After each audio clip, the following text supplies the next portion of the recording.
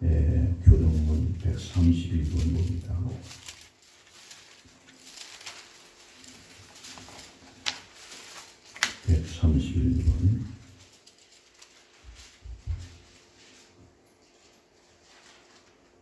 다 합치셔서 우리 교독합니다. 우리가 전한 것을 누가 믿었느냐? 그는 주 앞에서 자라나기를 연한 순 같고 마른 땅에서 나온 뿌리 같아서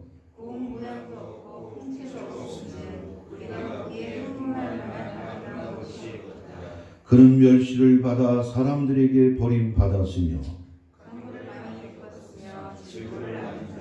그는 실로 우리의 질고를 지고 우리의 슬픔을 당하였거늘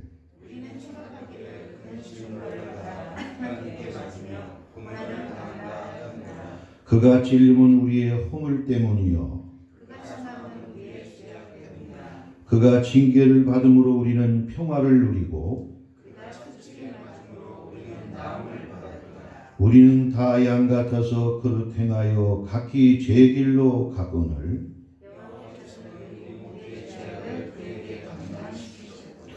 아멘. 신앙 고백하겠습니다. 전능하사 천지를 만드신 하나님 아버지를 내가 믿사오며 그 외아들 우리 주 예수 그리스도를 믿사오니 이는 성령으로 잉태하사 동정녀 마리아에게 하시고 본디오 빌라도에게 고난을 받으사 십자가에 못 박혀 죽으시고 장사한 지 사흘 만에 죽은 자 가운데에서 다시 살아나시며 하늘에 오르사 전능하신 하나님 우편에 앉아 계시다. 저리로서 산 자와 죽은 자를 심판하러 오시리라. 성령을 믿사오며 거룩한 공예와 성도가 서로 하는 것과 죄를 사하시는 것과 몸이 다 사는 것과 영원히 사는 것을 믿사옵나이다. 아멘. 다 같이 자리에 앉아 주시고 찬송가 156장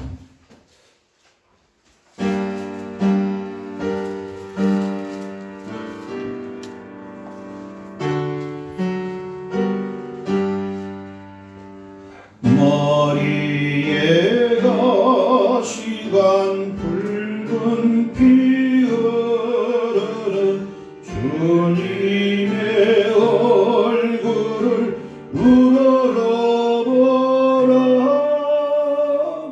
나의 죄 사신 그 얼굴 보고서 참사를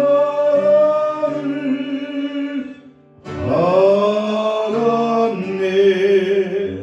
채찍에 상하고 새 못에 박히신 주님의 그 상처 우러러보라. 내 대신 당하신 그 상처 보고서 참 사랑을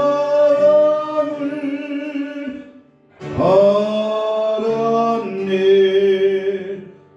골고다 언덕에 주께서 달리신 고통의 십자가 우러러보라. 내 대신 죽으신 예수를 보고서 참 사랑을 알았네.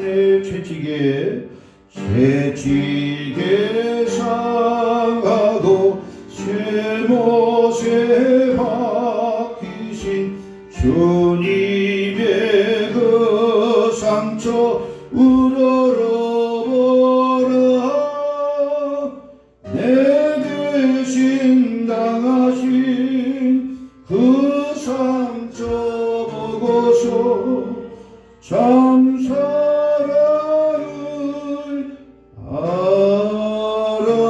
알았네. 골고다 언덕에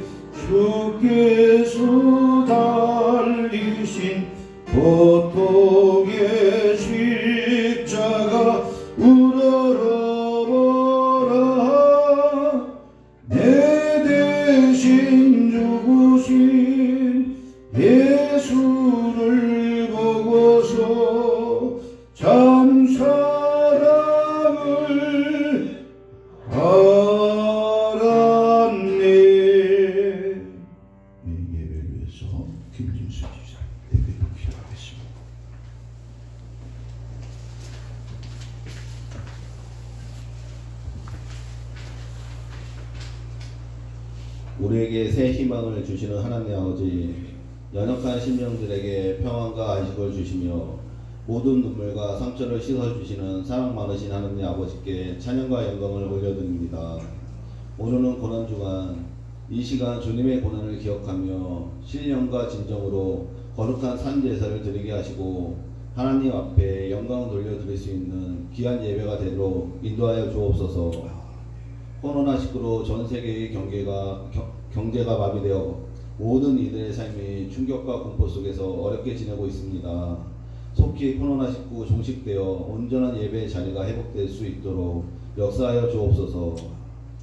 사랑 많으신 주님, 지난 주간에도 저희들은 주님의 자녀임을 망각하면서 주님의 뜻대로 살지 못하고 내 고집과 내 뜻대로 교만하게 살아왔음을 고백합니다. 고난의 길을 마다하고 영광의 길만 추구하려 했던 저희의 욕망을 이 시간 회개합니다. 그리고 인간의 머리로 계산하고 자기의 경험으로 판단하면서 살아온 미련함을 용서하여 주옵소서. 아직도 옛 생각과 옛 사람에 사로잡혀 세상의 헛된 욕망을 따라 수많은 거짓과 위선 속에 살아왔던 저희의 삶을 뒤돌아보며 주님 앞에 나왔습니다. 이제 생명을 얻는 회개를 하오니 더럽고 취했던 심령들이 새로워져서 거듭날 수 있도록 인도하여 주옵소서. 주님과 만남을 통하여 새롭게 변화되게 하시고 굳건한 믿음을 허락하시어 하나님이 언제나 저희와 함께 하신다는 굳건한 믿음으로 담대히 살아가는 저희가 되게 하옵소서. 은혜가 풍성한 주님, 이제는 주신 사명을 온전히 감당할 수 있도록 지혜와 능력을 주시고 이곳에 영혼이 갈급한 심령들이 가득하여 더욱 하나님의 영광이 될 수 있도록 역사하여 주옵소서. 우리 교회에 굳센 믿음과 능력을 더하여 주셔서 기도하는 교회, 성령님의 역사하는 교회가 되기를 원합니다. 주님께서 함께 하셔서 말씀과 기도와 성령의 다스림을 받는 교회가 되게 하옵소서. 오늘도 은혜로운 말씀을 선포하시는 담임 목사님을 성령의 권능으로 붙잡아 주셔서 하나님께 영광 돌리는 신령한 예배의 인도자로 사용하여 주옵소서. 전하시는 말씀마다 온전한 하나님의 말씀으로 여기고 복음을 통하여 하나님의 음성을 듣는 은혜가 있게 하옵소서.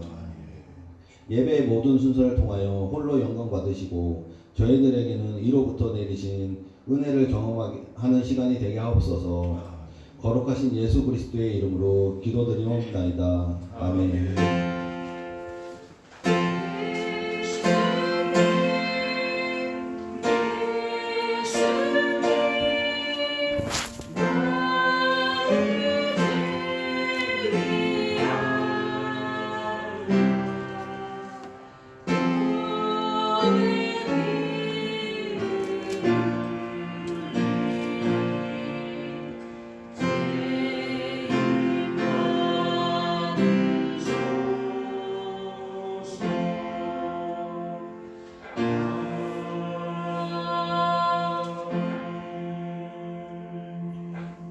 고난주간 맞이해서 우리가 상고하고 우리 받을 말씀은 마태복음 27장 27절로 44절까지 말씀을 같이 우리 교독하도록 합니다. 27절로 44절 27장입니다. 우리 교독해서 읽도록 합니다. 이에 총독의 군병들이 예수를 데리고 관정 안으로 들어가서 온 군대를 그에게로 모으고 가시관을 엮어 그 머리에 씌우고 갈대를 그 오른손에 들리고 그 앞에서 무릎을 꿇고 희롱하여 이르되 유대인의 왕이여 평안할지어다 하며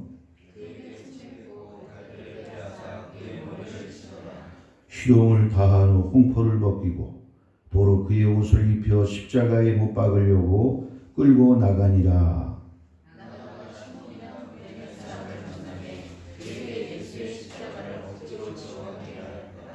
골고다 즉 해골의 곳이라는 곳에 이르러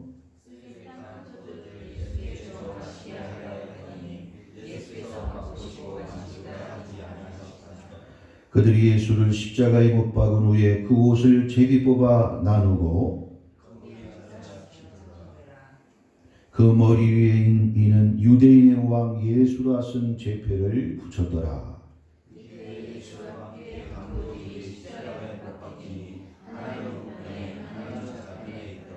지나가는 자들은 자기 머리를 흔들며 예수를 모욕하여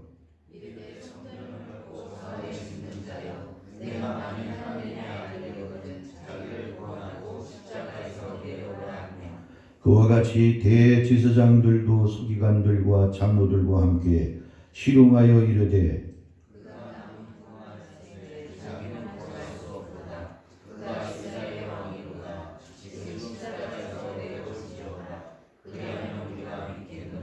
그가 하나님을 신뢰하니 하나님이 원하시면 이제 그를 구원하실지라. 그의 말이 나는 하나님의 아들이라 하였도다 하며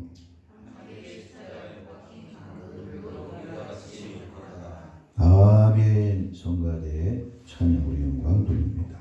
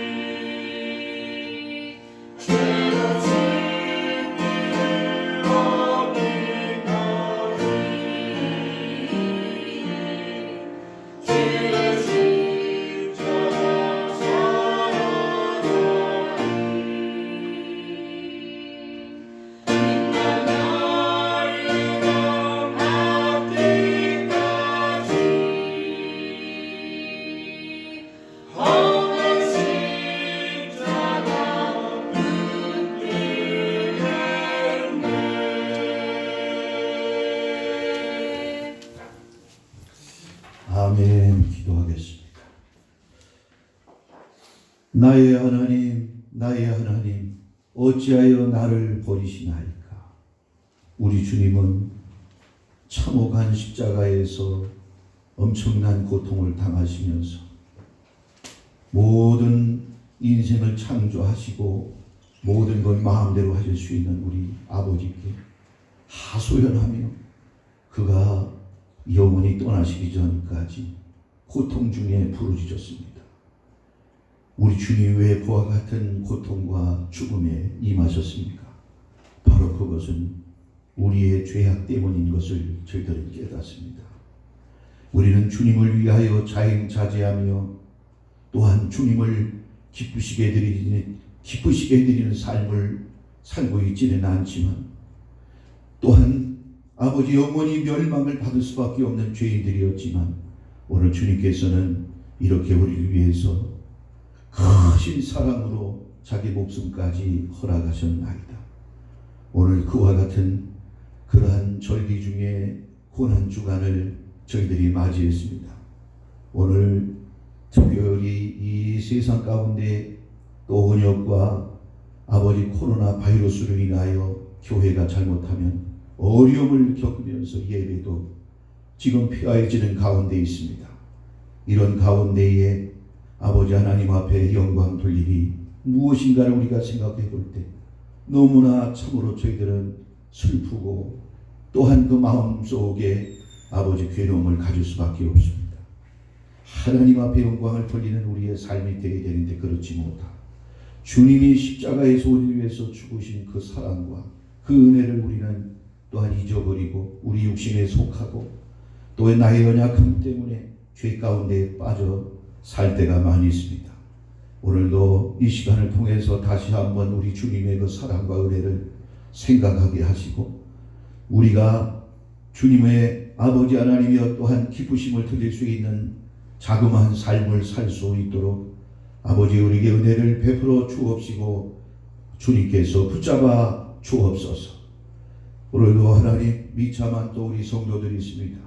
어디서 무엇을 하든지 간에 주님의 고난과 십자가를 생각하며 하나님 앞에 영광을 돌리게 하시옵고 믿음을 잃지 아니하고 이 어려운 모든 시험과 고비를 이겨나갈 수 있는 우리 또 성도들이 되어줄 수 있도록 축복하여 주옵소서. 마치는 시간까지 하나님 앞에 영광을 돌려오며 예수 그리스도의 이름으로 기도하옵나이다. 아멘. 네, 오늘은 절기상으로 종려 주일입니다. 잘 아는 것처럼 우리 주님이 부활되시기 전 고난을 받는 그러한 주간이 되는데 고난을 받으시기 전에 우리 주님은 구약에 예언된 말씀을 이루시기 위해서 호산나 다윗의 자손이여 찬송하리로다 주의 이름으로 오시는 이여 가장 높은 곳에서 호산나 하더라. 구약에 예언된 이 말씀을 이루시기 위해서 오늘 우리 주님이 예루살렘에 무수요로 일생의 잠두더기 같은 옷을 걸쳐 입으시고 가진 것은 아무것도 없으신 우리 주님이 어린 나귀까지 빌려 타시고 예루살렘으로 입성하시는 그것은 바로 장차 우리 주님이 이 땅에 재림하셔서 만왕의 왕 만주의 주로 온 세계를 주님의 주권과 역사 속에 다시 회복하고 의의 나라, 평강의 나라를 세우시기 위해서 오시는 하나의 행사의 퍼포먼스의 모습을 구약에 예언된 말씀을 이루기 위해서 또 선진적 바로 앞으로 장차 이루어질 예언적인 의미를 주님이 나귀를 타시면서 이루시는 그런 장면이 되겠습니다. 금요일 날 이번 주간에 돌아가셨어요. 그래서 바로 이 종료주의를 우리가 지키게 되는데 5일쯤 되는 거죠. 십자가에 죽으시기 전에 5일 전에 우리 주님이 어린 나귀를 타시고 예루살렘으로 들어가실 때 많은 사람들이 우리 주님을 알고 있어요. 3년 반 동안에 그동안에 우리 주님이 행하신 일들이 신이 아니면 하나님의 아들이 아니면 또 그들이 그렇게 소망하던 메시아가 아니고는 이룰 수 없었던 기적과 그 역사를 이루셨던 우리 주님입니다. 그렇기 때문에 어린 나귀를 타고 입성하실 때 그들은 혹시라도 로마 제국의 치하에서 또한 그 압박에서 우리 주님이 구원하시는 그러한 메시아가 되지 않을까.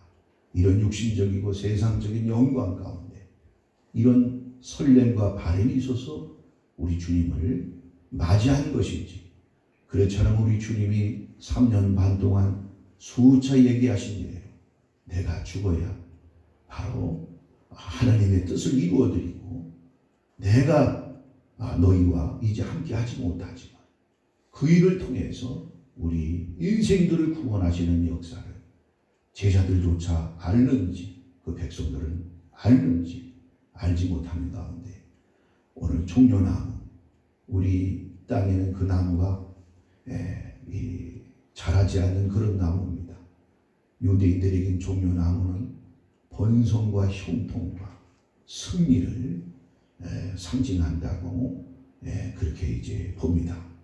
그래서 종려나무 가지들을 당시에 아주 많이 그 길가 주변에 그 나무들이 서 있는 걸 꺾어가지고 나귀 타고 입성하시는 우리 예수님을 향하여 흔들고 또 뭡니까 큰 왕들이나 이러한 훌륭한 사람들이 개선하거나 그 길을 지나갈 때 카페트를 까는 그런 행사가 있지 않습니까? 그런 것처럼 카페트는 없었지만 자기들의 겉옷을 벗어가지고 우리 주님을 환영하고 맞이하는 이러한 행사를 아주 거창하게, 물론 큰 왕들의 행사만큼 거창하게 치른 것은 아니지만 백성들과 더불어 큰 기쁨 속에 축제 가운데 입성하시는 그러한 역사를 오늘 이루시는 그 날이 바로 오늘 종려 주일이다.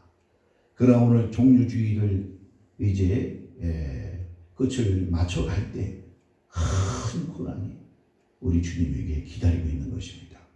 그 백성도 우리 주님을 환영하고 영접했던 그 백성들이 이제 도리어 우리 주님을 죽이고자 하는 군중들이 한 무리가 되어서 우리 주님은 진짜 인류 역사상 가장 참혹한 죽음을 당하게 하신 그 원흉들이, 죄인들이 바로 유다 백성이었어요. 조금 전에는 5일 전에는 우리 주님을 종려나무 가지를 꺾고 자기 겉옷을 벗어가지고 우리 주님의 그 오시는 그 길을 그 길에다 깔아대리던 그 백성들이 완전히 그들이 180도가 달라져가지고 우리 주님을 죽이는 이러한 악한 백성들이 되었음을 우리가 봅니다. 우리 여러 가지로 여기서 이제 생각해 볼 수 있는데 고난이 없으면 영광이 없다 하는 것을 또 한번 생각합니다. 우리 주님은 이제는 보좌 우편에서 온 세계를 통치하시고 이 세상을 이제 재림하실 때 마음대로 다스리시고 통치하시는 왕으로서 이제 재림하시게 됩니다. 그러나 그러한 권세와 영화와 영광을 누리기까지 오늘 그 앞서 우리 인생들 가운데 죄를 없애시려 십자가의 그 고난을 받으셨다고 하는 그런 사실입니다. 우리도 우리의 믿음 생활 가운데 이 땅에서 하나님의 영광을 돌리기 위한 또한 우리의 삶을 살아야 되는데 그때에는 반드시 또한 때로는 고난이 따르고 많은 시험이 따를 수 있다는 것, 우리 주님의 걸어가신 그 모든 행적과 모습을 통해서 우리는 발견하면서 우리에게도 또 위로가 되고 소망이 되어진다고 하는 그런 사실입니다. 오늘 이 고난의 주간을 우리가 맞이할 때 왜 우리 주님께서는 그렇게 고난을 당하셔야 되는가? 늘 듣는 얘기고 우리가 생각해보는 그런 의미이지만 하나님께서는 이러한 십자가가 아니고는 우리 인류를 구원하실 수 없는 그런 길이 되기에 우리에게는 이러한 십자가의 도로 말미암아 영생과 심판을 면하게 하시는 은총을 입게 되었습니다. 그래서 우리는 이 고난의 십자가를 생각하면서 다시 한번 우리가 깊이 마음에 새기고 우리의 믿음 속에 십자가에 둬야말로 최고의 주님의 사랑이요 은혜요 축복임을 알고 십자가 놓치지 않고 십자가 안에서 날마다 우리가 승리하는 삶을 살아야 되겠습니다.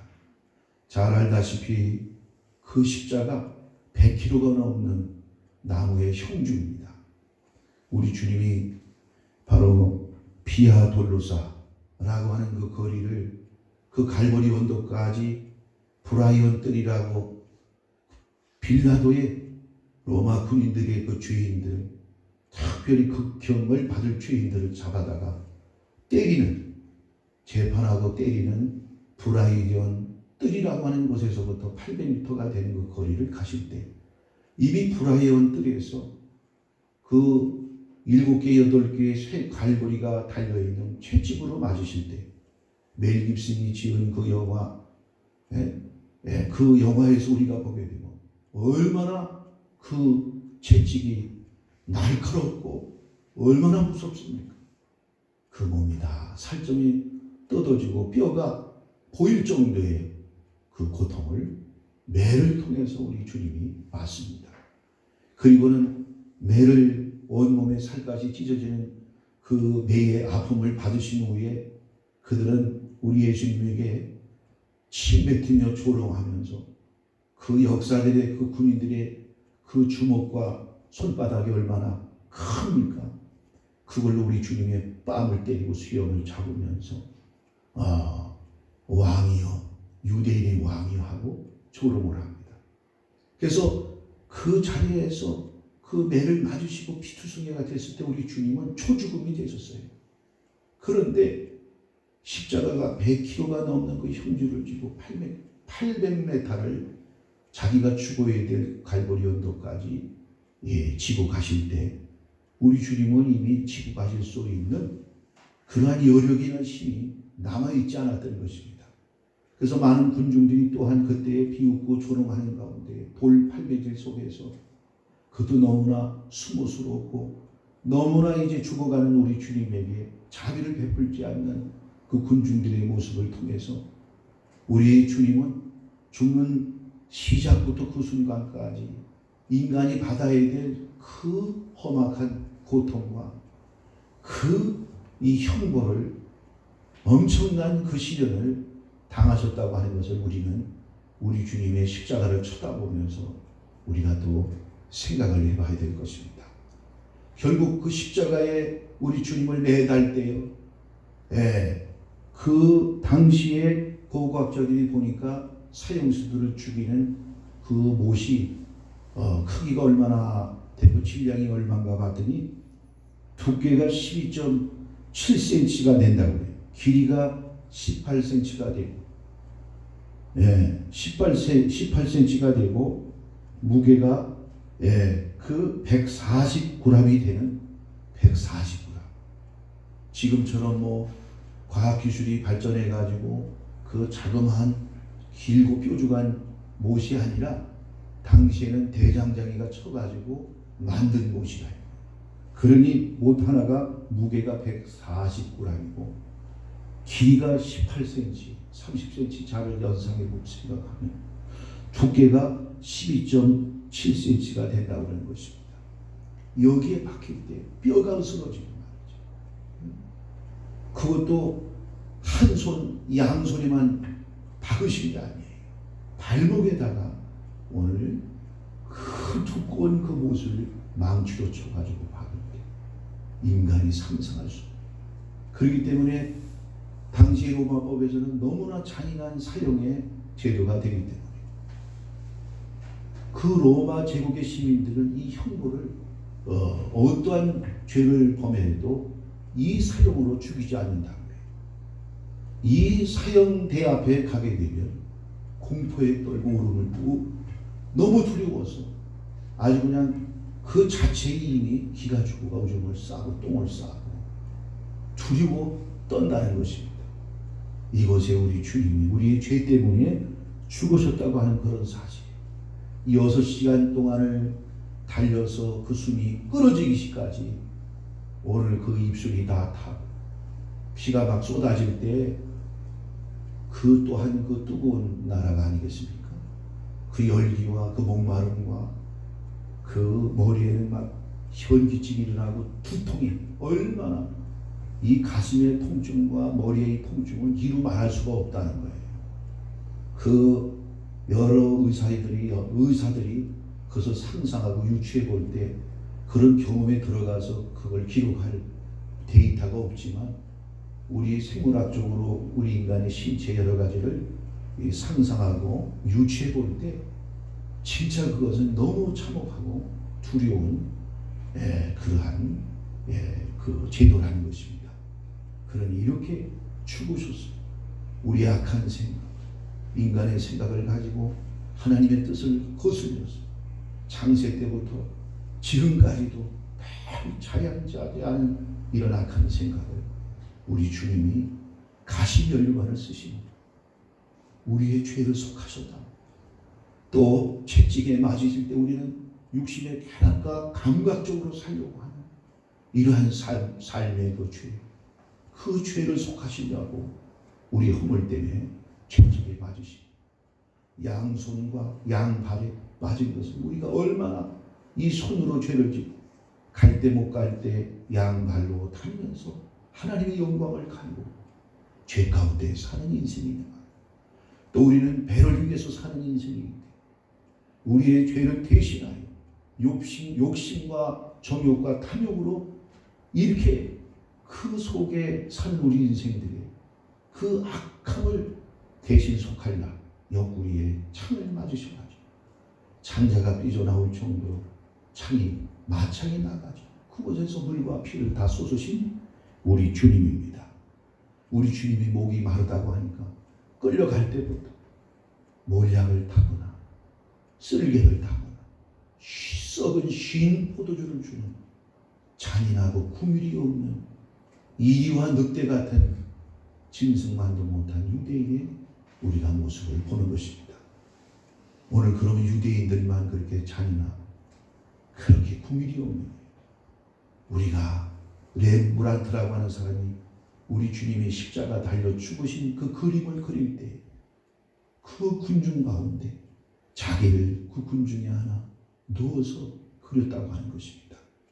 그러면서 십자가를 쳐다보면서 그 십자가를 생각하면서 나의 죄들 통곡하며 눈물을 흘리는 그러한 장면을 오늘 그 속에다가 자기 자식을 거기 대비해서 넣어가지고 그림을 그렸다고 하는데 우리는 예수님 당시에 살았다고 한다면 유대 백성들보다 더 나은 것이 있겠느냐.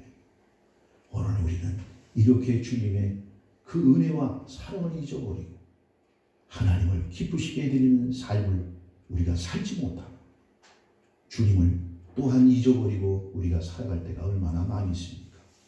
세상에서도 이 세상뿐만 아니라 국가 간에서도 배신하거나 시기를 저버리는 일만큼 참으로 사람들에게 상처를 주고 괴로움을 주는 일이 없는 것입니다. 그렇기 때문에 오늘 우리는 믿음을 값없이 주신 이 믿음을 우리가 소홀히 여기고 진짜 값없다고 해가지고 싸구려 복음과 은혜로 생각해서는 안 된다고 하는 사실. 그 엄청난 값을 치르고 우리에게 주신 이 은혜, 값없이 주신 이 은혜의 선물, 이 믿음이야말로 믿음이라는 것은 양자 간의 그 의리와 서로 믿는 그 마음을 가지는 것이 믿음이라 말이에요. 그 믿음을 우리가 크게 가질 때 하나님께서 기뻐하시고 믿음 가진 자는 그 삶이 늘 하나님을 영광을 위해서 산다고 하는 사실을 우리가 생각하면서 오늘 이 자리에 우리가 고난주간을 맞이해야 될 줄 믿습니다. 자, 그러면 주님의 십자가에 달려 돌아가신 그 의의와 우리가 목적을 또 우리가 깊이 우리가 생각해 보도록 하겠습니다. 물론 죄 때문에 죽으신 것은 틀림없는 일이지만 세상의 왕들도 어떤 죄인이든지 간에 국경일이나 명절을 당하면 그 말 한마디로 사면해 줄 수 있는 권세가 있어요. 하나님께서는 모든 걸 다 이 땅에 물을 유로 창조하신 분이야. 달도 해도 별도 그분의 주권과 그분의 말씀 한마디로 창조하신 분이에요. 우리에게도 아들까지 이렇게 희생해가지고 참혹한 죽음을 겪지 아니하시고 네 죄이 된 것을 나를 쳐다봐. 네 죄이 된 것을 또 나를 의지하기만 해봐. 내가 어느 날 어느 시로 네 죄를 내가 용서하고 사야 되겠다. 이렇게 말 한마디만 하셔도 용서해 주시고 또한 우리 죄를 속할 수가 있는 것입니다.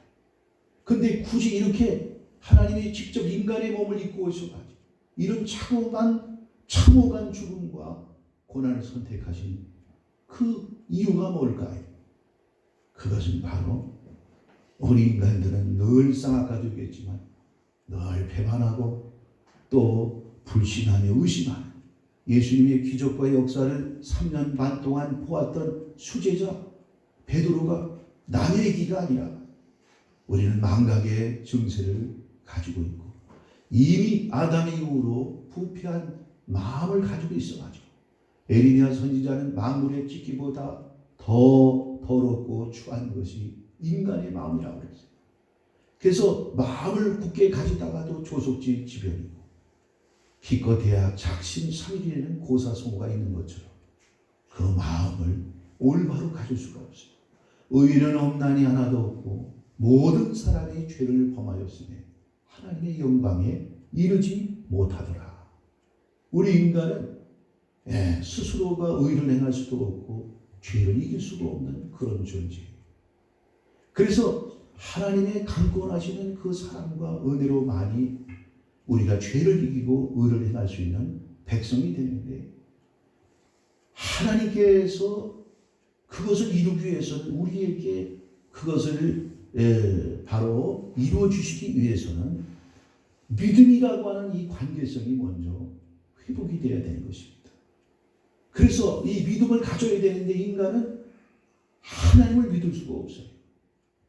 그래서 이 믿게끔 해주는 일이 오늘 두 가지 면에서 크게 역사하는데 첫째는 아들을 죽여만이 성령을 우리 마음 가운데 보내셔서 성령으로 아니하고는 예수를 주시라 할 수 없고 성령으로 아니하고는 하나님의 깊은 것을 통달할 수 없고 성령으로 아니하고는 아버지를 아버지라 부를 수 없고 성령이 아니고는 십자가의 도가 바로 우리 믿는 자에게 하나님의 능력이 됨을 믿을 수가 없는 것입니다. 그래서 십자가에 우리 주님을 죽게 하실 때 첫째는 우리에게 믿음을 회복시켜주는 역사가 있다. 그래서 성령을 보내주시는 믿음의 역사가 있고요. 하나는 우리에게 양심과 마음에 깊게 깨닫게 해주는 그러한 마음을 우리에게 주십니다. 그러한 마음을 우리에게 주시려고 아들을 십자가에 죽이셨다. 이렇게 볼 수가 있어요. 그게 무슨 의미냐? 바로 내가 너희들을 구원하기 위하여 나를 믿어야 되는데 내 주권과 내가 하는 이 능력 안에서 너희를 구원할 수가 있는데 그것은 너희가 내 앞으로 와야 되고 나를 믿어야만 너희가 구원을 받는다는 것이죠. 그래서 그 믿음을 주기 위해서 십자가가 필요한데 하나님께서는 말로만 우리를 믿을 수 있도록 하신 게 아니라 봐라 내가 이렇게 너희를 위해서 죽었다. 야고보서 이런 말씀과 같이 행함이 없는 믿음은 죽은 것이다. 말로만 하나님께서 우리를 믿음 준다고 하면 누가 그걸 믿겠냐 말이에요. 그래서 하나님께서는 이 믿음이 진짜라는 것을 보여주기 위해서 아들을 십자가에 죽어서 오늘 죽어야만이 우리에게 성령이 오시고 또 죽어야만이 하나님의 또한 그 공의가 우리 속에 이루어지고 죽어야만이 하나님의 사랑이 우리에게 이룰 수 있기 때문에 먼저 우리에게 깨닫는 마음을 깊게 주시는 하나님은 우리를 이렇게 구원하기 위해서 당신이 죽으셨구나 믿게 하기 위한 오늘 이 역사를 통해서 십자가의 도가 필요했다고 하는 그런 사실입니다. 이런 방법이 아니고는 우리는 하나님의 말씀을 엄중하고 또 그것을 진중하게 받아들이지 않아, 심각하게 받아들이지 않는다. 그것은 마치 농담처럼 생명이 거기에 부여가 되는 거죠. 그 말을 믿게 하기 위해서 때로는 우리가 이런 여러 가지 옛날에 일본 사람들은 자결하는 그런 일이 있어요. 그 여러 가지 책임을 지고 활복 자살하는 일도 있지만 자기 결백을 주장하게. 우리나라에도 종종 그 위대한 애국 충정을 가지고 있었던 그러한 위대한 신하들이 있었습니다. 자기의 그 억울한 누명과 모함을 받았을 때 그 결백을 입증하기 위해서 어떻게 합니까? 자기 말이 사실이 되는 것, 거기에 그 목숨을 걸고 자결도 하고, 또 옛날 여자들이 은장도를 많이 가지고 있지 않았습니까? 그래 자기의 순결을 증명하기 위해서, 그 억울함을 증명하기 위해서, 순결을 증명하기 위해서 은장도로 찔러주는 일이 있단 말이에요. 이처럼 오늘 목숨을 내걸고 믿어달라고 하는 이러한 우리 하나님의 크신 그 역사 속에서 십자가가 필요했다고 하는 그런 사실입니다. 믿음이 되는 것은 홀로 믿는 것이 아니라 어떤 대상이 있고 상대적인 관계 속에서의 어떠한 그 믿음이다 말이에요. 그래서 하나님을 그 거룩하신 그 하나님, 틀림없으신 변개치 아니하고 천지가 없어져도 그 말이 1.1핵도 땅에 떨어지지 않는 우리 하나님의 그 말이 진짜라는 것. 그래서 십자가에서 우리 주님이 죽으실 수밖에 없었다고 하는 그런 사실입니다. 옛날에 춘추 전국시대의 중국을 통일하기 위해서 나중에 진나라 진시황이 통일하게 되는데, 진시황 그 전에 어떤 신하를, 명신을 진나라에서 등용을 합니다. 근데 그 명신이 누구냐? 위항이라고 하고 상항이라고 하는 사람. 그 진나라는 저 중국에서도 변방에 있는 나라입니다. 그래서 풍속이나 당시에 이 사람들의 생활이 아주 미개합니다. 근데 싸움은 잘했어요. 근데 이런 군대를 가지고는 중국 천하를 통일할 수가 없어요. 그래서 임금이 생각가 되어 보니까 훌륭한 신하를, 백성과 이 군대를 아주 강하게 만들 그러한 훌륭한 장군과 신하를 자기가 등용을 해야 되겠다. 그래서 우연히 그 땅에 숨어 들어온 위항이라는 위나라에서 그렇게 너무 잘하니까 임금에게 총애를 받으니까 시기하는 신하를 통해서 거기서 이제 모함 받아가지고 살 수가 없어요. 그래서 도망을 와가지고 진나라에 왔다가 진나라 임금이 그 소문을 듣고 그 사람을 위량 승성으로 등용을 합니다. 그래서 이 사람이 그 나라의, 그 진나라의 모든 상황과 실정을 임금에게 얘기하면서 이 나라는 법을 바로 세워야 된다. 그래서 법치주의적인 그러한 신에서 정의와 백성들이 거기서 결집이 되고 임금도 그렇고 모든 걸 공의로움으로 다스리게 되면 백성들이 임금을 믿고 또 임금도 백성과 하나가 되어서 이 천하를 통일할 수가 있습니다. 그래서 법을 제정하려고 하니까 이 사람은 워낙 마음대로 살던 그런 사람들이에요. 원시적이고 미개한 백성들이라. 그래가지고 이 상황이라는 사람이 법을 알려줘야 되는데 글도 모르고, 어느 날 그 수도 성읍 앞에다가 큰 기물을 갖다 놨어요. 그 나무로 갖다 놓은 큰 기물인데 어떤 형상을 갖다 놓고 거기다 방을 붙였어. 이 기물을 움직이는 자에게는 백냥을 주리라. 그렇게 해서 방을 붙여놓은 거예요. 그러니까 백성들이 뭐라냐? 아이고, 정신 나가도 정신 나간다. 백냥이면 어마어마한 돈인데 저걸 저쪽으로 뭐 그것도 멀리 옮기는 것도 아니고 몇백만 더 옮겨놓으면 백냥을 준다고 하는데 처음에 백성들이 반신반의하면서 믿지 않는 겁니다. 누가 이렇게 장난을 치고 이렇게 웃기는 그런 일을 하는가. 그래서 사람들이 지켜보고 있는데 어떤 사람이 설마 하면서 반신반의하면서 장난삼아 그 이 형상으로 생긴 그걸 옮기면 100명을 준다니까 거기까지 옮겨놨어요. 이걸 지켜보고 있던 군졸이 와서 그 승상한테 얘기하는 겁니다. 그들이 백성들 보는 앞에 그 옮겨놓은 그 사람을 데려다가 칭찬을 하면서 호상을 하면서 100명을 주었다는 거예요. 백성들이 그 소문을 듣고 깜짝 놀래가지고 아이고 내가 장난 삼아라서라도 그걸 옮겼더라면 이 어마어마한 상금을 받았을 텐데. 그러면서 그 다음부터 나라에서 포고력이 떨어지면 백성들은 야, 이 법을 이 틀림없는 거로구나. 또 나라에서 법을 포고 내리면 그대로 나라에서 백성들에게 시행하고 적용을 하기 때문에 그 나라의 법을 그 백성들이 지켜가지고 나중에는 준법 정신이 얼마나 투철한지 거기에 보게 되면 길에서 남의 물건이 떨어진 거 그냥 주스면요. 당시에 우리 유대 율법에도 동해 보고법처럼 그 주순 그 사람이 돌려주지 않으면 팔을 잘라버리는 거예요. 이렇게 엄하게 법을 만들다 보니까 뒤로 물러가는 군대가 아니라 죽어도 암만 보고 나가는 군대가 돼가지고 결국은 천하를 통일하게 되는 것입니다. 이처럼 하나님께서도 내 말이 장난이 아니다. 시건이 아니다. 이것을 확증하기 위하여 우리에게 믿음을 가지게 하실 때 아들까지 죽으실 수밖에 없었다고 하는 사실입니다. 그래서 우리는 그걸 쳐다보면서 이 믿음이 값없이 우리에게 주었지만 엄청난 대가로 우리에게 주어진 것입니다.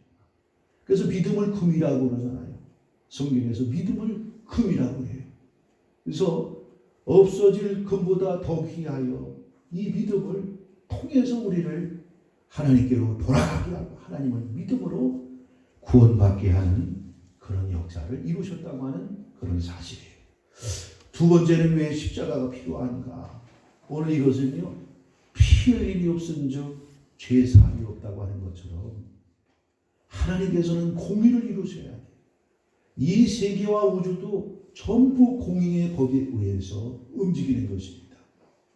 그것은 쉬운 얘기로 두 가지 말로 공의라는 것이 어떤 것이냐 정의를 한다면 공짜는 없다. 또 한 가지 뭐냐? 심은 대로 거둔다. 이것이 공의의 쉬운 그 얘기가 되겠어요. 공의를 설명한다면. 우주도 다 마찬가지예요. 공짜가 없는 거예요. 별들과 별들 행성 간에도 어떠한 규칙과 질서를 지켜가면서 때로는 이 별들이 또한 서로 부닥쳐가지고 큰 별이 되기도 하고 또 그것이 나중에 커져가지고 감당이 안 되면 하나님께서는 그 별들을 만드실 때 폭발하게 만들어가지고 작은 별들도 만들게 돼요. 이 모든 것이 다 자연에도 이 법칙이 있잖아요. 동에서 해가 뜨고 서쪽으로 해가 지게 하시고 물은 위에서 무거운 물건은 위에서 밑으로 떨어지게 이렇게 그 법칙을 다 만들어 놨잖아요. 만약에 물건이 그 밑에서 위로 올라가게 된다면 기적이 아니고는 이 자연법을 뛰어넘지 않고는 그렇게 할 수가 없는 것입니다. 우리 주님이 물 위를 걸어가셨다. 풍랑을 잔잔케 한다. 이것은 권세와 능력과 기적이 아니고는 그러한 역사를 이룰 수가 없는 것입니다. 풍랑을 만나면 작은 배는 거기에 뒤집어져 가지고 다 죽게 될 것이고 무거운 돌은 바다에다가 던지면 빠지게 되는 것이 그게 법칙이다 이게. 그래서 그것은 그대로 이루어지게 되는 거예요. 밭에 콩을 심었는데 팥이 나올 턱이 없고 팥을 심었는데 콩이 나올 턱이 없는 거예요. 그래서 이러한 법칙으로 이 세계 모든 것은 상하만상 자연법, 우주의 법까지 이루어진 것이고 또 인간의 삶에도 공의의 법이 이루어지게 되되 사회와 국가도 공의를 시행하기 위해서 법을 제정해 놓고 있는 거 아니겠어요? 그래서 모든 것은 공의가 이루어져야만이 질서가 이루어지게 되고 사람들이 다 공평하게 공의라는 건 누구든지 평등하게 억울함이 없이 다 잘되게 하고 함께 할 수 있는 그것이 바로 공의라 이거예요. 공의. 그래서 하나님께서도 이 모든 것은 당신이 만드시고 당신이 다 모든 걸 다 아셨어요. 그래서 이 신뢰로 그전에도 늘 얘기했지만 왜 선악과를 만드셨습니까? 인간이 타락해서 하나님을 떠난 것을 다 알았는데, 그렇기 때문에 그 하나님이 모든 것을 다 책임을 지시고, 그래서 공의의 법을 이루기 위하여 우리는 그 십자가를 줄 수 없기 때문에, 죄 문제를 해결할 수 없기 때문에 하나님이 우리의 모든 잘못되고 우리가 형벌을 받아야 되고 지옥 가야 될 이 모든 공의의 법을 충족시키게 하기 위해서 하나님께서 책임을 지시고 오늘도 십자가에 우리 주님을 보내셔 가지고 죽게 하셨다고 하는 그런 사실입니다. 그래서 그 공의에 죽으실 때 우리는 공의대로 살지 않는 그 삶이 되는 건 바로 불이요 불법이요 죄악이 되는 것이에요. 이것이 얼마나 엄중하고 무서운 것인가. 죄를 신상히 여기고 두려워하지 않는, 시편에 보니까 악인들이 그 살면서 공의가 바로바로 즉시 시행되지 않다 보니까 마음이 강팍해지고 담대해져 가지고 악을 행하는데 담대해졌더라, 무서워하지 않더라는 거예요.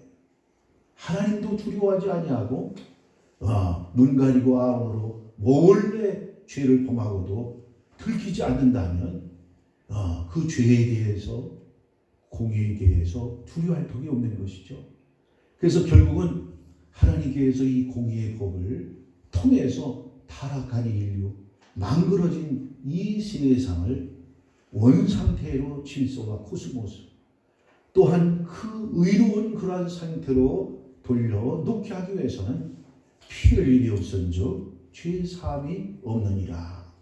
그래서 심은 대로 거둔다고 하는 것처럼 인간이 죄악을 심었으니 죄악의 열매가 나왔는데, 이것을 다시 한번 의의 열매로 의로움과 또한 이 세상의 공의를 이루시게 하기 위해서 아들을 십자가의 대속으로 내놓으실 수밖에 없다고 하는 그런 사실이에요. 그래서 십자가를 생각하면서 우리는 죄를 또 짓지 말아야 되겠구나, 공의되는 게 있는 거구나, 하나님께서도 책임을 져주시고 책임을 지시고 아들까지 죄 때문에 죽으신 것을 생각할 때 우리 십자가를 쳐다보면서 죄를 범하지 말아야 되겠구나. 이것은 바로 우리 주님의 십자가의 죽음을 또 나를 통해서 내가 또 못을 박아 드리는 일이 되고, 우리 주님의 옆구리에 창을 채려대는 일이 되는 거고, 가시면류관을 씌우는 일이 되는 거고, 또 죽으셔야 되는 일이거든요. 또 우리 주님이 이 땅에 오셔야 되는 일이거든요. 그렇기 때문에 오늘 우리는 그 십자가를 통해서 하나님의 공의의 법도 이루고, 우리는 죄를 두려워하는 하나님의 의의 도리를 우리가 알게 되어진다고 하는 그런 사실입니다. 세 번째는 왜 십자가가 필요했는가? 말과 혀로만 사랑치 않나. 하나님이 세상을 이처럼 사랑하사 독생자를 주셨으니 이는 저를 믿는 자마다 멸망치 않고 영생을 얻게 하려 하십니다. 하나님이 우리를 사랑하시되 말과 혀로만 사랑하신 게 아니에요. 우리를 믿게 하기 위해서도 말뿐으로 다 그분이 언약을 세우신 게 아니라. 그래서 우리가 성찬식을 할 때 주님의 살과 피를 먹는 것처럼 우리가 성찬식을 맞이하지 않습니까? 그런 것처럼 하나님이 우리를 사랑하실 때 말로만 사랑한 게 아니라 오늘 아들까지 죽여가지고 사랑했다고 하는 그러한 사실입니다. 오늘 어떤 농장의 목사님이 신방을 했는데 그 부인은 신앙이 좋아서 교회 잘 다니는데 남편이 강팍해가지고 나오지가 않는 거예요. 근데 늘 하는 얘기가 뭐냐? 우리의 죄 때문에 예수님이 십자가에 죽었다는 거, 그게 어떻게 있을 수가 있나? 자기는 그 부분에 대해서 믿지를 못하겠다는 거예요. 그런데 어느 목사님이 그 농장에 그 남편이 믿지 않는 그 가정이 신방을 했는데 웬일이지 그날따라 이 남자가 뛰어나오더니 그 목사님을 반색하면서 그냥 영접을 하더라. 그러면서 목사님, 내가 너무 놀라운 일이 있어가지고 목사님에게 얘기를 좀 오셨기에 아주 참 귀한 일이라서 내가 말씀을 드리려고 이렇게 나왔다. 그 뭔 일이냐? 글쎄 우리 집에 암탉이 있는데 아침에 농장을 정리하러 나와보니까 그냥 꼿꼿하게 있는 거예요. 근데 그 날개 아래 병아들이 그냥 모여가지고 삐약삐약 하는데, 그래서 우리 암탉이 그냥 망무소처럼 저렇게 가만히 있나 해가지고 손을 댔더니 아양 암탉이 쓰러지더라고요. 그게 보니까 그 목덜미에 보니까 그냥 이 어떤 짐승이 물어가지고, 짐승도 어떤 짐승이냐, 쪽지비가 물어가지고 피를 다 거기서 흘려가지고 죽은 것 같더라는 거예요.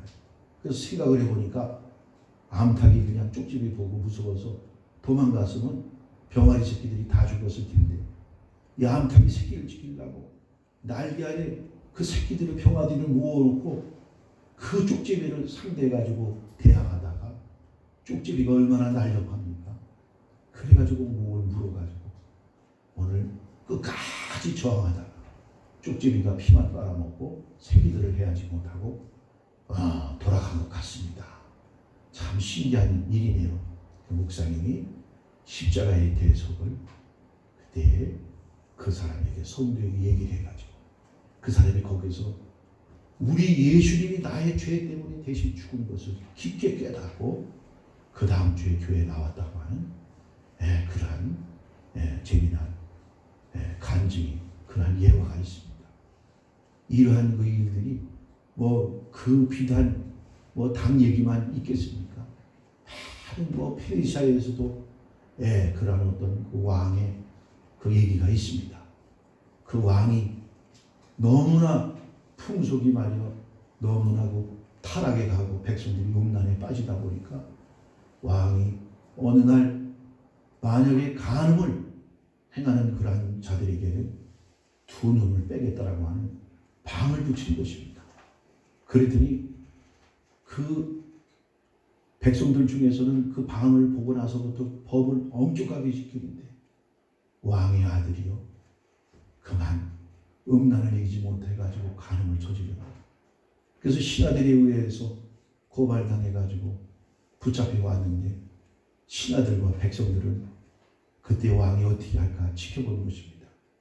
설마 왕의 아들 두 눈을 빼겠나, 두 눈을 빼겠나 이러면서 이제 쳐다보고 있는데 왕이 자기 아들을 쳐다보더니 연민의 그러한 모습을 보고 있을 때 신하들도 아이고 이 다음에 왕이 되실 분인데 눈이 없으면 어떻게 임금이 되겠습니까? 임금님의 아들 왕자는 용서해 줘야 되지 않나요? 그러니까 그 임금이 화가 나가지고 공의의 법을 만약에 우리 아들부터 지키지 않는 솔선수범하지 않는다면 어느 백성이 지키겠는가?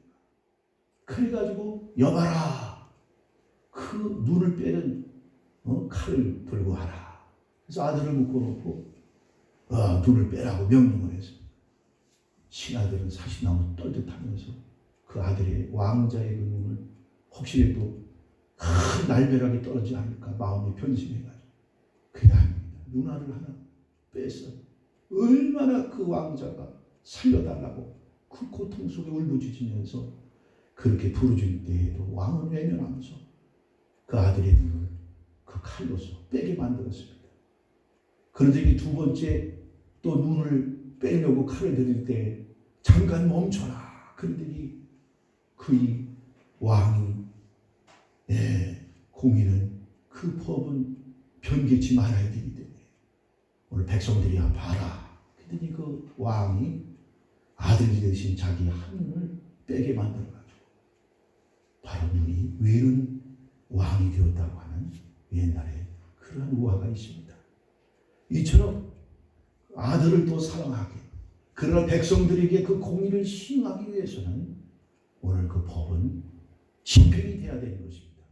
이처럼 하나님께서도 우리 인류를 사랑하고 구원하기 위해서는 엄청난 이런 희생과 대가가 먼저 치러지지 않고는 우리 인류를 살릴 수 없기 때문에 믿음을 주시기 위한 방편 속에서도, 공의를 이루기 위한 방편 속에서도, 하나님의 사랑을 보여주기 위한 방편 속에서도 십자가가 필요하다고 하는 그런 사실입니다. 마지막에는 십자가는 우리를 겸손하게 만드는 것이에요. 십자가만 쳐다보면 우리는 주님의 일을 하다가도 너무 힘들거나 버거운 일이 있다면 우리는 거기에 대해서 원망이나 불평할 수 없는 그런 마음을 가질 수밖에 없어요. 십자가를 생각하면 주님이 나 때문에 저렇게 참아가요. 죽음을 죽으셨는데 또 주님의 일을 하는 일에 대해서 우리가 뻐기거나 우리가 죄인이 사면을 받아가지고 우리 남은 인생은 주의 은혜와 주의 사랑으로 우리의 남은 인생을 사는 것이기 때문에 덤으로 사는 인생이기 때문에 우리는 자랑할 것이 아무것도 없는 것입니다. 그래서 하나님께서도 이를 보실 때에 아무 잘못 없고 흠이 없는 자를 쓰시기보다는 허물이 큰 자를 쓰셔서 나중에 그걸 생각하면서 나를 이렇게 참아주고 나를 이렇게 용서해 주었는데 내가 어찌 이 일을 힘들다고 하겠는가. 그래서 베드로도 십자가에 거꾸로 죽는 일을 당하였으니 바울은 어떻습니까? 알지 못했을 때 예수 믿는 차를 죽이러 다닐 때 나중에는 그가 받는 고단은 감히 상상을 불허할 만큼 십자가에 단번에 죽은 것은 아니지만 그의 삶은 십자가의 고통과 견줄 만한 그런 삶을 살았다고 하는 것을 볼 수가 있어요. 모세는 어떻습니까? 다윗은 어떻습니까? 오늘 큰 죄인들이 죄가 더한 것에 은혜가 넘쳤다는 말은 죄를 많이도 깨달아야 되겠지만 우리는 이렇게 악하고 죄인 중에 괴수여 우리는 죽을 수밖에 없는 우리 인생들에게 바로 십자가는 너무나 너무나 하나님의 크신 사랑이요 능력이 되어진다고 하는 사실이에요. 헬라인은 지혜를 구하고 유대인은 표적을 구하지만 구원을 얻는 우리에게는 십자가의 도가 하나님의 능력이 되어진다고 하는 그런 사실입니다. 그래서 우리는 십자가를 생각하고 십자가만 쳐다보면 겸손하게 되는 거예요. 자랑할 게 없는 것입니다. 우리의 의를 내세울 게 없어요. 그래서 로마서 4장인가 아들을 죽이시면 하나님의 의가 되게 하셔 하나님의 의가 되게 하려 하십니다. 의라는 게 뭐예요? 자랑할 것이 있다는 거예요. 그래서 하나님은 십자가를 통하여 자기 의가 되셨다고 하는 것은 우리 인류에게 자랑할 만한 일이에요. 생명을 우리에게 주심으로 우리에게 변명할 수 없고 우리에게 불복종할 수 없는 하나님의 은혜와 사랑을 주셨다고 하는 십자가의 도는 그 같은 기가 막히고 하나님의 깊은 그런 섭리가 있다고 하는 것을 생각하면서 고날 주간을 맞이한 우리는 십자가의 도를 우리가 크게 우리가 그 하나님의 사랑을 새기면서 맞이해야 될 줄 믿습니다. 십자가에 둬야말로 마음껏 전파해서 이 세상에 많은 영혼들을 살리고 구원하는 하나님의 능력이 되어진다고 하는 사실을 우리가 믿으시기를 바랍니다. 기도하겠습니다. 아버지, 오늘도 이렇게 불러주셨나이다. 십자가에 둬야말로 하나님의 능력이요 사랑이요 공이요 하나님의 우리에게 말과 혀로만 사랑하지 않는 믿음의 증거인 것을 저희들은 깨닫습니다. 고난 주간 맞이해서 우리는 그동안 또한 여러 가지 주님께로 나아가지 못하고 주님을 기쁘시게 드리지 못하고 하나님의 영광을 위해 살지 못한 일이 있다면 다시 회개하고 우리 마음속에 깊이 뼈저리게 새기면서 십자가 도를 튼튼히 붙잡고 나아가는 믿음의 성도들이 되게 도와 주옵소서. 그래서 날마다 성령의 큰 감동과 역사 속에 하나님 앞에 기쁘신 열매를 드리고 주의 아버지 하나님의 쓰임을 받는 그러한 도구들이 되어서 역사를 일으키는 주인공들이 되어지는 우리의 생애가 되어지길 원합니다. 축복해 주옵소서. 예수 그리스도의 이름으로 기도하옵나이다. 아멘. 찬송 213장으로 준비하시면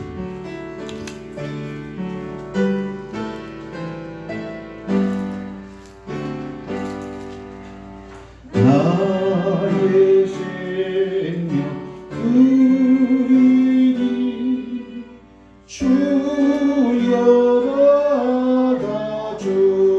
받아주셔서 세상 살아갈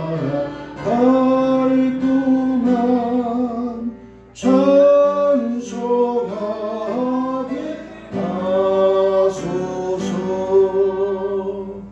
아멘. 예, 광고 시간입니다. 예, 당분간 계속해서 코로나 바이러스가 어느 정도 줄어들 때까지 11시에 드리도록 하겠습니다. 다음 주는 또 부활절 주간, 우리가 가장 기뻐해야 돼. 기독교 절기의 3대 절기 가운데 으뜸이 되는 절기가 되겠어요. 우리 부활, 우리 주님의 부활이 없다면 우리에게 생명도 구원이 없는 겁니다.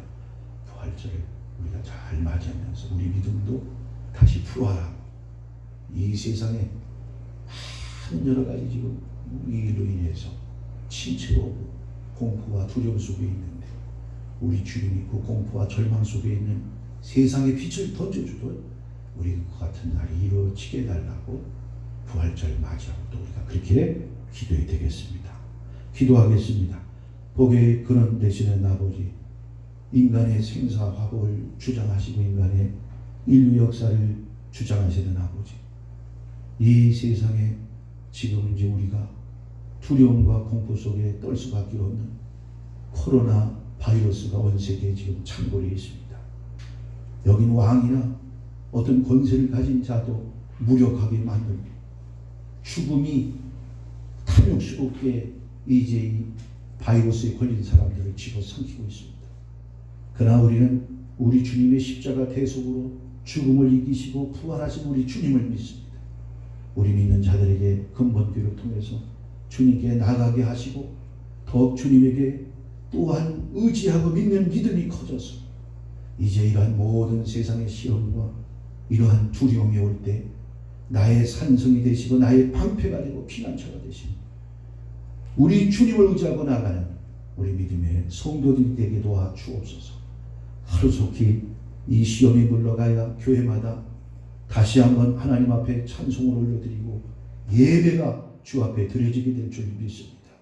물러가게 하시고 또한 회개하는 근본 기회가 되어서 이제 온 세계 하나님 알지 못한 백성들이 주님을 믿는 아버지 역사가 근본 기회를 통해서 이루어지게 주옵소서.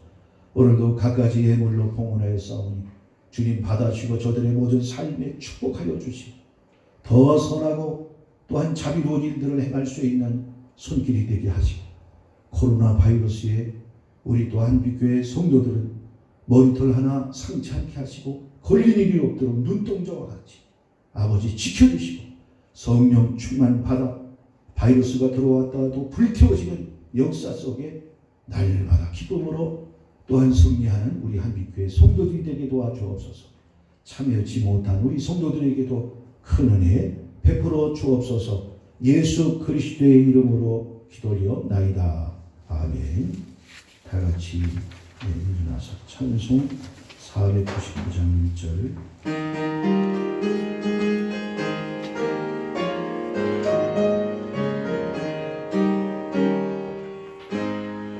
흑암에 사는 백성들을 보라 수많은 심령 멸망하겠네. 그 누가 갈까 주의 복음 들고 생명을 구원하는 곳으로 근권세 주께 있으리 근권세 주께 있으리. 너는 가서 주의 복음 전하라 주가 너 항상 지키리라. 기도하겠습니다. 지금은 우리 주 예수 그리스도의 은혜와 무한하신 하나님 아버지의 사랑하심, 성령님의 감화감동 교통하시니 오늘 거룩한 주일 맞이하여 주 앞에 나와 영광 돌린 귀한 성도들의 머리 위에 저들의 가정과 자녀들과 사업장과 직장 위에 지금부터 영원토록 함께 하실지어다. 아멘.